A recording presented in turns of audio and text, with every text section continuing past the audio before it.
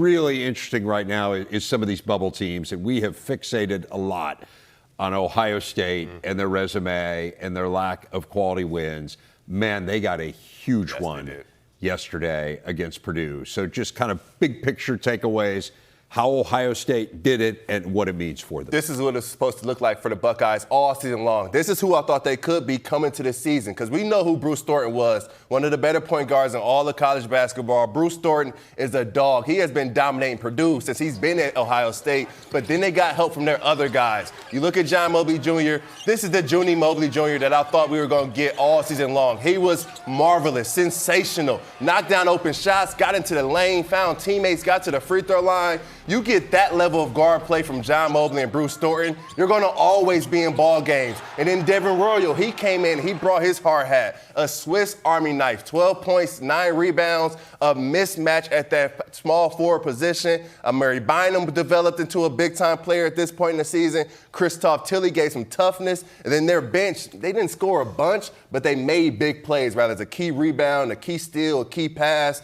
This Ohio State unit was phenomenal. And then on the defensive end, they brought it. They brought the physicality, they brought the toughness, and they brought that want to. They've got to do it every single game. It can't just be when top 10 teams are coming into your arena. You've got to bottle this up and keep this energy and take it through the rest of March if you're the Buckeyes. This was a huge win for them. It is their second Quad 1 win, and I'm not minimizing the other Quad 1 win.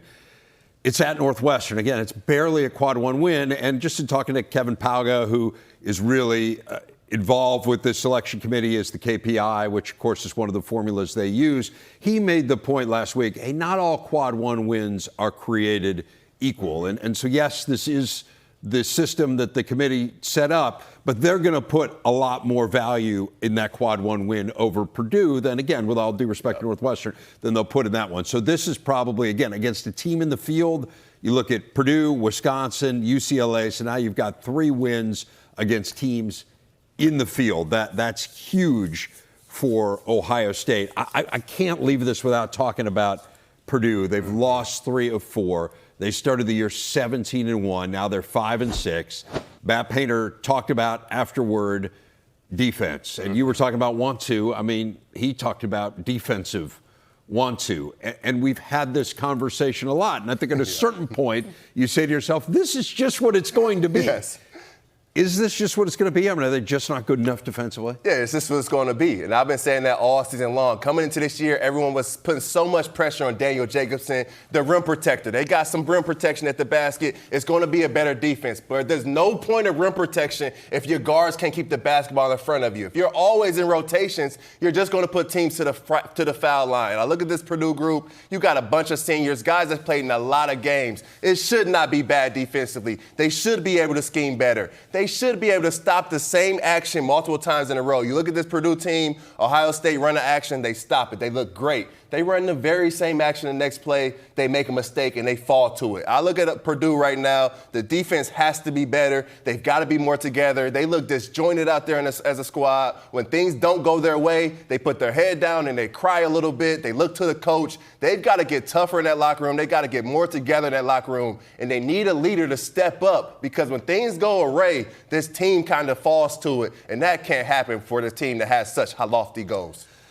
I mentioned they've lost 6 of their last 11. What's crazy is in that stretch, they are second in the nation in offensive efficiency. That's second crazy. in the nation. That's insane. And they're under 500. You got to get a stop, man. You got to get a stop. I mean, it tells you how good the Big Ten is, right? That you could be that good and be under 500 in that stretch, but it also tells you there's some defensive deficiencies there. So Ohio State got the win that it needed. Indiana did not. Yes. Indiana losing to Michigan State. I mean, look, Michigan State is really playing well. So let's start there with the Spartans. 4 straight wins, all of them against teams that are either in the field or likely in the, a bubble team, if not. And then also right before that, they had the win over Illinois. So they've won 5 of 6, I guess it is. And one of those wins is also against Illinois, all 5 against quality teams. What do you make of the Spartans? If Michigan State is going to make 12 threes in ball games, I'm taking Michigan State all the way to the Final Four and having a chance to win a national championship, because we know what this Michigan State team will give you. They bring you that Tom Izzo toughness. They bring you that ability to get out of transition. They dominate you in the glass. They guard their yard, one of the best defenses in the country,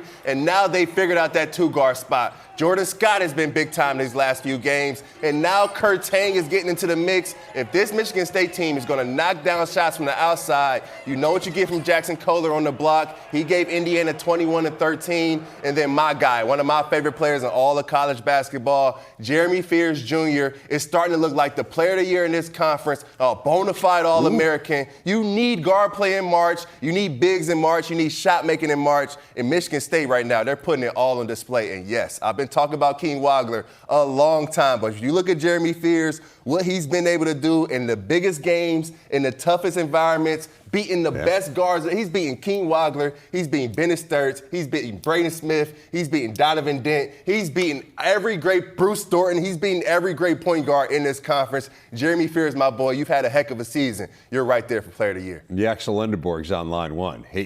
Line 3. Line 3, not even getting through. All right. Well, fair enough. It's a fascinating race because what do you value here? But Fears